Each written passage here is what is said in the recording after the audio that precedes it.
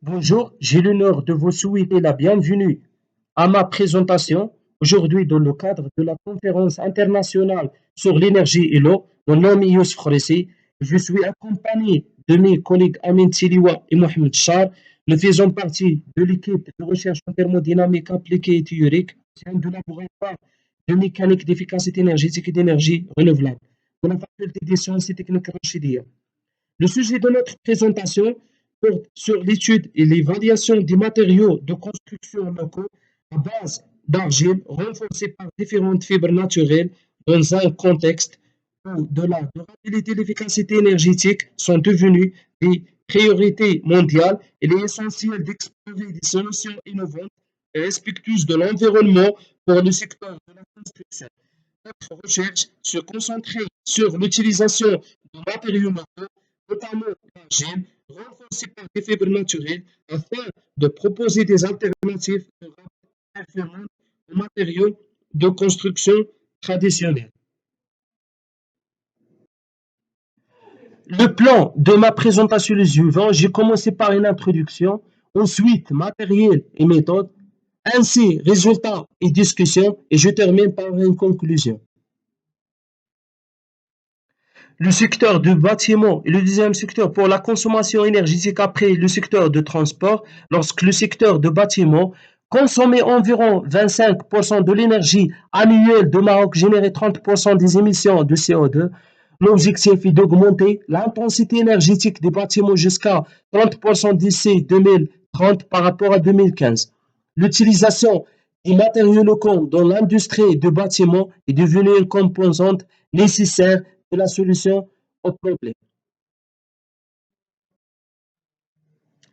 Pour préparer des matériaux composites plus écologiques et plus économiques, nous avons utilisé des déchets de fibres naturelles disponibles dans la région de Raatafilal au Maroc, à savoir les fibres de roseau, les fibres d'alpha, les fibres d'olivier et les fibres de figuier. Pour préparer les fibres naturelles selon le protocole traditionnel pour tous les matériaux, l'étape 1 correspond à la collecte des matériaux ou à la recherche de la matière première. L'étape 2 correspond à l'élimination des éléments étrangers ou de la poussière. La troisième étape correspond au brouillage des matières premières afin d'obtenir un mélange aléatoire de petits particules dans les dimensions moyennes, soit d'environ 1 cm de long et 0,5 cm de large.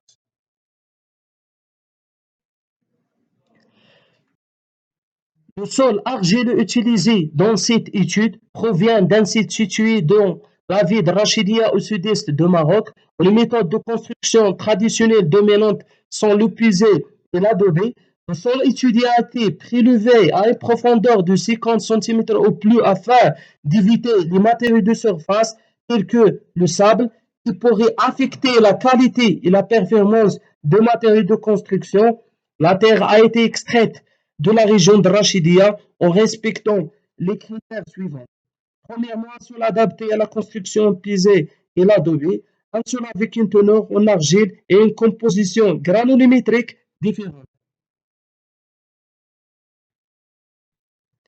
Les matériaux expérimentaux ont été produits en combinant de l'argile avec des fibres naturelles comme le montre la figure. Nous avons opté pour des rapports de masse de fibres allant de 1% jusqu'à 5%. Création manuelle de matériaux composites uniformes à comporter plusieurs étapes. Immerger les fibres dans l'eau pendant 5 minutes. Mélanger des fibres avec l'argile. Puis intégration de mélange d'eau dans des proportions spécifiques.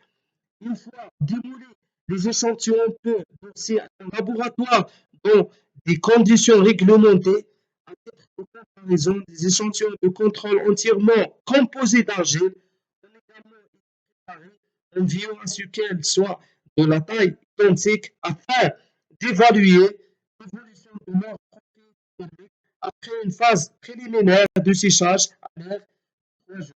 Les échantillons ont été séchés à 50 degrés sous un four pour éliminer l'humidité.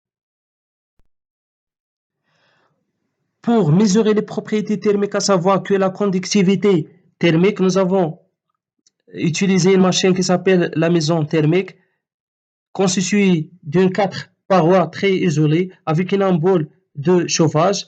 Nous avons utilisé plusieurs des thermocouples pour mesurer les températures à l'intérieur et l'extérieur de chaque échantillon et d'autres thermocouples pour mesurer la température locale et l'ambiante. Nous avons effectué une mesure jusqu'à un régime permanent. Pour mesurer la conductivité thermique, nous avons utilisé la relation comme vous voyez dans le diapo. Le secteur de la construction accorde une importance considérable aux matériaux légers, ce qui souligne l'importance de l'analyse de la densité. Cette analyse consiste à déterminer la masse et le volume de l'échantillon une fois séché. Les échantillons étaient mesurés avec une précision en termes de poids à l'aide d'une balance électronique et de dimension à l'aide d'un outil de mesure exact appelé lipide à coulisse. La densité apparente a été calculée à l'aide d'une équation spécifique comme vous voyez dans le diapo. Résultat et discussion. Dans la construction moderne, les matériaux de construction légère ont pris une grande importance économique et environnementale. Les composantes structurelles légères sont toujours associées à la stabilité, la rigidité et la durabilité, qui sont plus souvent associés au poids. Les matériaux composites d'origine végétale sont des matériaux de construction légers qui offrent des avantages significatifs en matière d'isolation thermique d'après les, d'après les résultats de densité de nos matériaux. Il est clair que l'inclusion de fibres naturelles allège la masse et conduit à une réduction de la densité de composés jusqu'à 23% par rapport à celle de l'échantillon de contrôle de 0% de fibres de roseau et une réduction de 30% avec l'ajout de 5% de fibres d'alpha, une réduction d'environ 31 avec l'ajout de 5% de fibres d'olivier. Par ailleurs, l'ajout de 5% de fibres de figuier conduit à une réduction de la densité d'environ 34%. De plus, les composites fibres naturelles terre ont une bonne structure et une bonne compatibilité entre les fibres et la matrice terre. Cette structure poreuse se traduit par la création de pores et la transition interfaciale existence autour des fibres. Cette transition est censée se former pendant le processus de mélange. Il est dû au coefficient élevé d'absorption d'eau des fibres végétales qui entraîne le développement de l'eau de la pâte fraîche vers les fibres, ce qui est traduit par une porosité plus élevée dans cette zone à l'état sec. On peut induire que les fibres naturelles adhèrent très bien à la matrice de terre. L'évaluation de la conductivité et de la résistance thermique est essentielle pour évaluer les propriétés thermiques des matériaux de construction. La relation entre la teneur en fibres et ses propriétés est illustrée dans le tableau pour les différentes composites préparées au fur et à mesure que la teneur en fibres augmente. On observe une diminution significative de la conductivité thermique, en particulier l'échantillon contenu 5% de fibres présente de meilleures propriétés d'isolation que les autres échantillons. Tout d'abord, l'augmentation de la teneur en fibres introduite dans le composite des fibres à faible conductivité thermique, ce qui réduit la densité globale de l'échantillon en raison de la compression des fibres. Cette réduction de la densité crée des pores remplis d'air dans l'échantillon, ce qui contribue à ses propriétés isolantes. En outre, la teneur élevée en cellulose des fibres naturelles améliorent encore l'isolation en favorisant la rétention d'air. Cette perméabilité à l'intérieur des fibres est observée dans les micrographies web qui montrent des bords dans la structure des fibres. Néanmoins, la teneur élevée en cellulose des fibres est en corrélation avec la conductivité thermique de fibres observée dans les échantillons contenus de ces fibres, ce qui souligne leur potentiel d'amélioration des propriétés d'isolation thermique. Dans ce,